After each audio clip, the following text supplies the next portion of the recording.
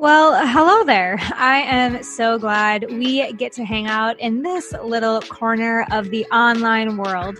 I'm Hanna Hermanson, certified coach, international speaker, author, and founder of Dream Life is Real Life. I've helped hundreds of coaches build, scale, and enjoy their online businesses, essentially make their dream life their real life. So welcome to the Dream Life is Real Life podcast. In these shows, you'll find the real people, concrete tactics, and weekly motivation and inspiration to make your dream life your real life. Look, I started this podcast to bring you the role models I never have. And we're back. And today we are with Marlo Higgins. Marlo knows success. As the corridor's only chief inspirational officer, Marlo specializes in motivational and strategy-based business performance coaching. Over the past few decades, Marlo has been in the people business of building multi-million-dollar sales teams and helping individuals break free from self-doubt and allowing them to perform with peace and ease. I love that. She is also the author of The Making of a Maverick, Building Champions in Business and Life, and host of the 22 Motivational Minutes podcast, which has been praised by entrepreneurs and corporate executives alike. And we are excited that you are here today, and we'll get to sing some of your praises on our little 22 minutes together today. Awesome. Thanks, Hanna. That was awesome. Thank you so much. Yeah, I always love giving a little bit of context and helping people see how many different avenues there are. You know, I grew up thinking I was going to be a school teacher and like following the path, and like no one told me that I could be a maverick or build sales teams or, you know, right. do all the outside of the box things. So yes. I love sharing those, and I would love to know a little bit more of what brought you to entrepreneurship specifically. Yeah, no, it's an interesting story. I like to call myself a triple crown entrepreneur. And really what that means is my journey to entrepreneurial leadership really began by helping 237 people create the freedom of building a profitable and sustainable independent business. So I, started with my foot in the water in 2005. That was the very first time I had that opportunity. And then in 2008, I guided a company to the brink of closure by taking sales up 220% in the first 180 days. Now, the reason I share specific stats is because numbers don't lie, right? And a lot of times people don't know the numbers. And so that's why I like to keep that, in real time. And it was then that I realized that there was a need for a guide on the entrepreneurial track to help people sustain and launch into their own businesses. I turned down a very high level 6-figure salary to start my own brand. That was 10 years ago.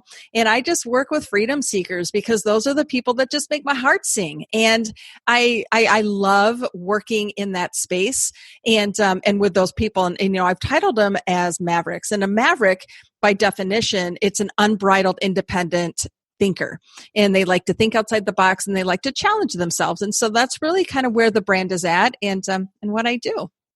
Raise your hand if you feel like a maverick. I'm totally resonating with you. Yeah. And I think what's so amazing in what you bring and like your energy is, yes, these like concrete numbers of like how many people you help and dollars in the door, but it's all for freedom, right? And freedom seekers and having those choices and making your own path does have a price, right? So I'm curious, and this is just like very relevant for this audience, like as a coach and as a motivator, how do you help people identify the cost of their dreams or how much they need to afford freedom? Is that ever a conversation you enter? It's a fascinating way to approach it. And I think there's multiple ways that we can look at that. I guess I listen to the clients that I work with, and I really kind of let them guide the reason why they're going to where they want to go. So when I wrote the book, The Making of a Maverick, everything starts with clarity, right? That's the first chapter, because we have to get really, really clear, why we want what we want. And there's so much, out there about our why.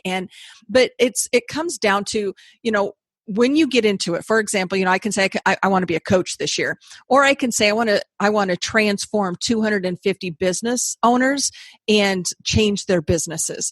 So it's really kind of how specific we really need to be in order to reach those goals. And those 250 businesses transformed is over $3 million in revenue. So there's multiple ways to look at it, but it really comes down to listening to the person and really what's making them tick rather than making them follow my suit and how I would approach it. I love that, because when I think about and like looking at your bio, like performing with ease and joy and having peace in your life just looks so different for all of us. And something I've been caught up in, and I see clients get caught up in, is like, I have to chase this number, and they hit the number, and then for what? Right? They've just created this like corporate box for themselves. So that question was inspired by you mentioning, leaving a cushy or a attractive 6-figure job, JOB, and moving into more of this like freedom, mission-driven space for yourself. Yeah. But no matter where you are, like dollars matter, numbers do matter, right? So right, because otherwise we're professional volunteers, right? So if we don't talk revenue, then we're just out there, serving, but doing it as a volunteer versus a business owner. And that's a different way to think about things. And so many people, I think, get into entrepreneurialism and they become professional volunteers. They don't have a clear ask. They don't really know what they're striving for. They don't really know what types of goals they need to be setting. And then even the numbers are matched or aligned to that goal. Or worse than a volunteer, they have a really expensive hobby. Like they're paying for all the like ClickFunnels and fancy things and not bringing anything in. Yeah. So talk to us, how do we put these pieces together to make sure that this is sustainable? We can get our mission out there, but we're also, making money, doing what we love. The number one thing I help passionate entrepreneurs achieve their 1-year goal, and we do it in 90 days to build sustainability and profitability. The reason I share that is because, the variable there that I describe is time.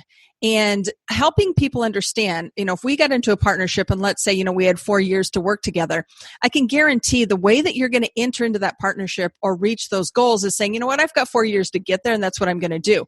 But if I said you have 90 days to get there, what needs to get done, it pulls it down to like granular laser level clarity of actions that you need to be taking in order for you to reach it.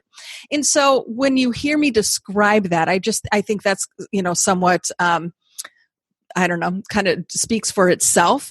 And so how do you get entrepreneurs into that space is just really aligning and saying, time is of essence, time is currency, and let's look at it differently. Let's measure those actions to see what you need to do in order for you to reach it.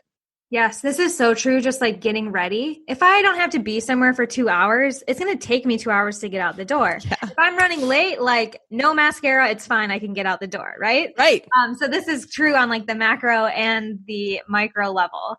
And something you're saying, we had a guest last week, Chris Jarvis. He talks about being the giraffe and getting elevated perspectives to wealth with like looking above the weeds. And he talked a lot about setting big goals, saying, I'm going to make $1 million this year instead of in 50 years, right? Because that forces you to get ready and get out the door more quickly, right? Yeah, it does. Sort of in alignment with your philosophy of setting big goals so that you get there faster. It is. Plus, the time is such a variable, and we can just waste our time. We can just, and what I find a lot of people, 80% of what entrepreneurs do is think about it, right? I'm thinking about, I'm setting up my week, and instead of thinking, let's be doing. And that's where, where it shows up. So if you're producing 80% of the time, you're going to get an 80% return. And so it just comes down to saying, there's some really clear framework. I built the Maverick ROI high performance system because I have witnessed what it really takes to start from concept and an idea to reaching a multi-million-dollar level. And I've done it multiple times. That's the thing that I love to do. It's just kind of one of those innate talents. And for me, on the Strength Finder spectrum, futuristic is my number one. So being able to take an idea or a concept and really seeing a clear path and how we're going to get there, no barriers, no obstacles. And so there's a few assets there. Amazing. And I would say one of that, the 80%, like where does your attention and focus and energy needs to go, especially in the first couple of years of business, is major sales. Would you agree? Absolutely. Yeah. Everything you have to have a really solid pipeline. You have to have great lead generators. You have good communication systems in place. You need to have a team to be able to support that success. And yeah, it doesn't just happen overnight, and it's not the snap of a finger, but it is a very vetted out, clear plan that will get you there. Yeah. And so focusing on sales related activities, like you said, it's lead generation, it's communication, and it's actual sales conversations. Right. And one of the conversations I have most with clients is responding to the fear I don't want to be salesy. Yeah. Okay. So in that tone, I said we speak of Maverick mantras. That's how I like to coach and train. And so I always say that if you educate properly, the sale automatically happens. And when I say it like that, I'm not saying you're selling anything, but if you educate, if you show up and you communicate in such a way, it will naturally draw people to what it is that you're doing. And it ignites this different level of energy around it. And you're not selling anything, but you're just sharing what you do. When you are that good at being able to just educate what it is, who you serve, how and why, everything just kind of aligns and people are automatically going to raise their hand and go, you know what, tell me a little bit more about that because that sounds really interesting. And you haven't sold anything, right? But here's another thing too. I think one of the key ingredients that's missing a lot of the time, people just don't ask. They don't ask for the sale. Mm-hmm. And you have to have a level of confidence. You can't just get out there and just go through the motions because that's what a volunteer would do. But you have to have a clear bottom line ask and say, you know what, this is what I'm offering. When would you like to get started? It can be that simple. And yet so many people don't ask for the sale. Yes, I love this. And this is, I wanted to be a school teacher in education because I now see sales as helping people shift beliefs. So if you don't want to be salesy, then don't be salesy. That's what I always say. Like, be educational, be compassionate, be curious. Yeah. And if you're making asks and you're putting out there what you have, then at some point, like, the numbers don't lie. Like you said, like, flip the coin, you'll get some yeses, you'll get some nos. Right. And I'm curious how you navigate, like, making a lot of asks. I feel like you said you have a lot of action energy. So in making a lot of asks, we put ourselves out there. And I'm curious, how do you've done this longer than I have. How do you overcome no's? It's like there's rejection and some will, some won't. So what? Like, oh, that's cool. But I often hear and also feel like I wish I could not get so emotionally beat up by a no. Yeah, and that's a great question. And I think that's just being human, right? So let me share a few things. One of the key things too, to give people the answer, right? Because a lot of people say, how do I communicate? What should I be sharing? And here's the golden rule. Just follow it. Do business unto others as you want business done unto you. So when I say that, when you go into a sales meeting, approach the conversation as though you want to be approached. And when you do that, you're going to get the best level of authenticity because you're doing business in a way that really resonates to who you are. Now, what happens, we're talking about synergy in that space too. You're coming together with a level of connectivity and synergy that's literally combustible. And so immediately you two are heavily aligned and should be working together because in essence, you're speaking the same language. And so a lot of times you got to just release the tension and just do business. That if the phone were to ring this afternoon and it is, you on the other side, what are you saying that would really get you to say yes? And there's your answer every single time. So that I just wanted to add that nugget from what you had mentioned previously. But I've got two things about the rejection and overcoming that. Two clear things. One of them is an actual strategy that I created with our first sales organization that I built, and it's called the face value formula. Now, I'm not going to be able to get into that formula today, but if anybody's interested, you can email me directly. I'm sure, Hanna, you'll be putting this in the show notes. Reach out and I will go through that face value formula with you. What that face value formula does is every time you get a no, it actually gives you the exact dollar amount that you are paid for that no. So let's just say, by example, your no was worth $86. Okay. Go for 10 of those today and make $860. Yeah. All I'm doing there is saying, you know what? Your reaction to rejection is a thank you. It's gratitude because you can say, you know what? Thank you for saying yes. Or you know what? Thank you for saying no. Either way, you are framed with a mindset that you're getting paid a return regardless.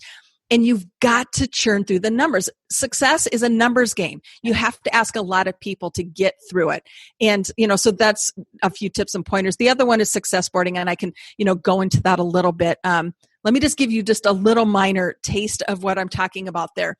When I was working in 2007, building, this rebranding of the second sales team that was, really not doing well, there was just a lot of, fear and angst and negativity, and things just weren't happening. And so what I would do is strategically take the time and say, okay, we're going to set the timer for 2 minutes. You can have a 2-minute pity party. You can bring it to me big and bold. You can use like really naughty language on me. I mean, I can handle it. Let's take it. But once that timer goes off and once that 2 minutes is done, your pity party is over. And now let's talk about the silver lining. What actually has gone right? What's feeling good?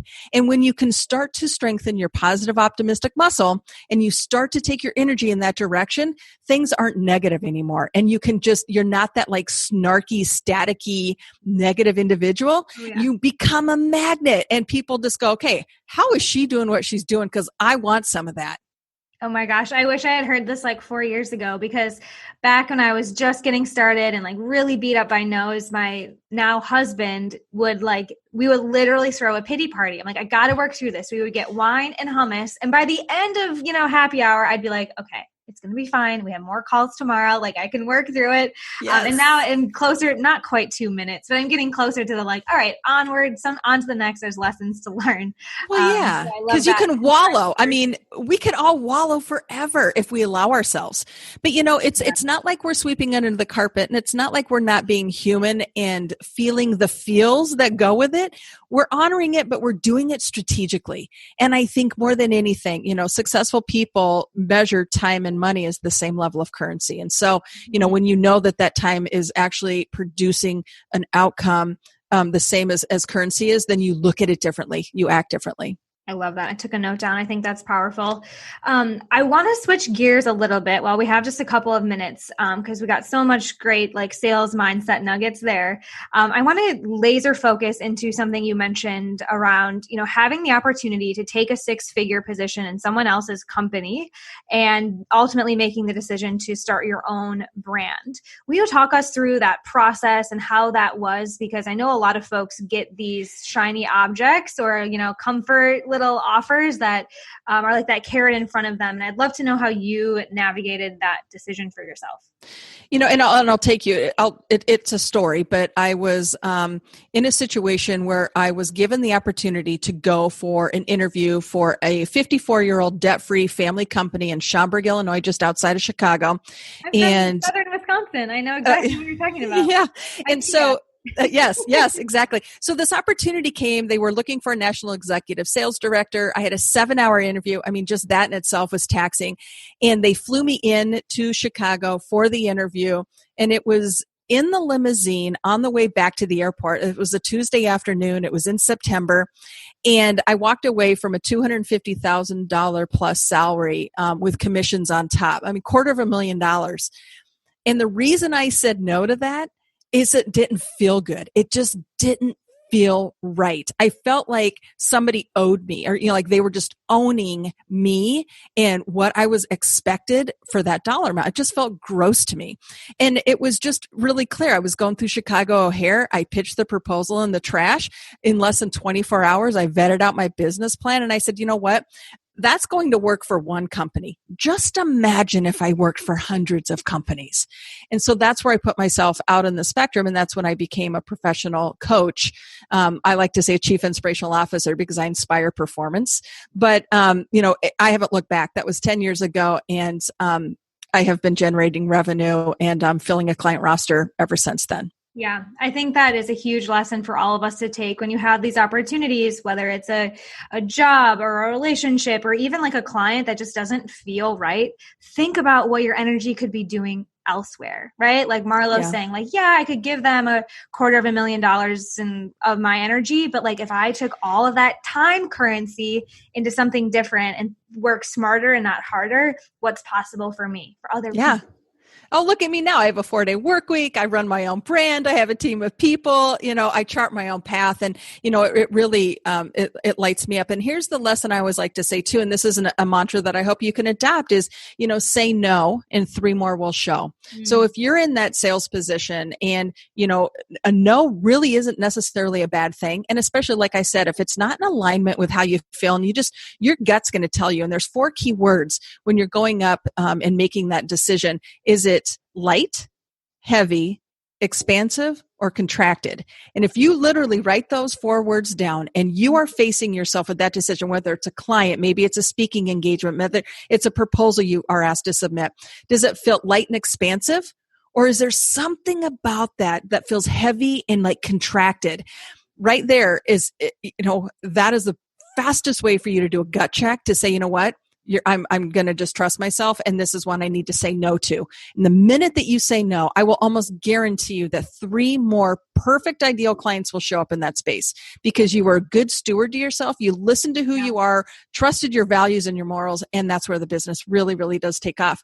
So, you're hearing a little bit of mindset, a lot of strategy, constant positive self-talk, and you can hear these things just naturally coming out of me because I've trained myself this way, right? It's just my natural tendency because that's how I can help other people is when it's so natural for me, I can be a baton, I can pass it to somebody else, they can pick it up and run just as fast. Yeah. Yeah, you're walking the walk, talking the talk. I definitely appreciate that. And as we wrap up here, I just have a couple of other quick questions for you as you've given us lots of nuggets and insight. What is one thing that listeners can do today that will help them get closer to their dream life and dream business? Absolutely. So I created a formula for mastering time and productivity, and I would love to share it with the audience. You can go to go.marlohiggins.com. And so, yes, I have a website, marlohiggins.com, but to get this time productivity strategy, you have to go to go. So go.marlohiggins.com. And that's one thing. It's called the 30-60-10 formula. And it stemmed from the question, Marlo, what should I be doing with my time? And, I put a lot of thought into that and I dug deep, and that's where the 30-60-10 strategy comes from. And again, I'm just going to leave it at that. So you can go download your copy, and it's the number one time productivity strategy because what it does, it matches clear actions to the percentage of time that you need to be spending those actions. And it's over 30% growth every single week, or it's every day, every week to 40 hours in a month just focused on growth. If you're, you get what you focus on. If you're focused with, growth, a whole week out of the entire month, you're going to get growth. Wow. And like you said, time is such a powerful currency that we all have, but we can't always get more of. So sounds like a really huge resource for folks at go.marlohiggins.com. Is there any other places you would like folks to go to learn more about you and what you do? Absolutely. You can listen to our podcast, 22 Motivational Minutes with Marlo. You can join our Perform and Get Paid community Facebook group. That's where our Mavericks gather together and we engage and we connect. We also have a YouTube channel. So if you go to Your Chief Inspirational Officer on YouTube, a lot of the strategies that I coach on today, they're 2-3 minute snippets that are out there for people to watch. One of my favorites is the self-belief video. So if you go to Your Chief Inspirational Officer on YouTube and in the search bar, type in self-belief and the video is going to pop up, and all I'm going to do is tease you that if you have a potato and if you have a straw, you need to watch that video because it's going to measure an actual physical tangible action that you can measure your self-belief with. Oh, so much goodness. Thank you for just dropping all of this. We'll make sure we have links in the show notes so you can stay connected with Marlo and your own potential. Sounds like she's ready to capitalize on it. So thank you so much, Marlo. I will be back next week, friends, with another inspiring guest that will help you make your dream life your real life. All right, and that's a wrap for our Dream Life is Real Life show today. Thank you for hanging out with me, Hanna Hermanson, and our inspiring community here. Be sure to visit dreamlifeisreallife.com/show to get all of the resources and more that we talked about today so that you can keep building, scaling, and enjoying your dream life and business. Until next time.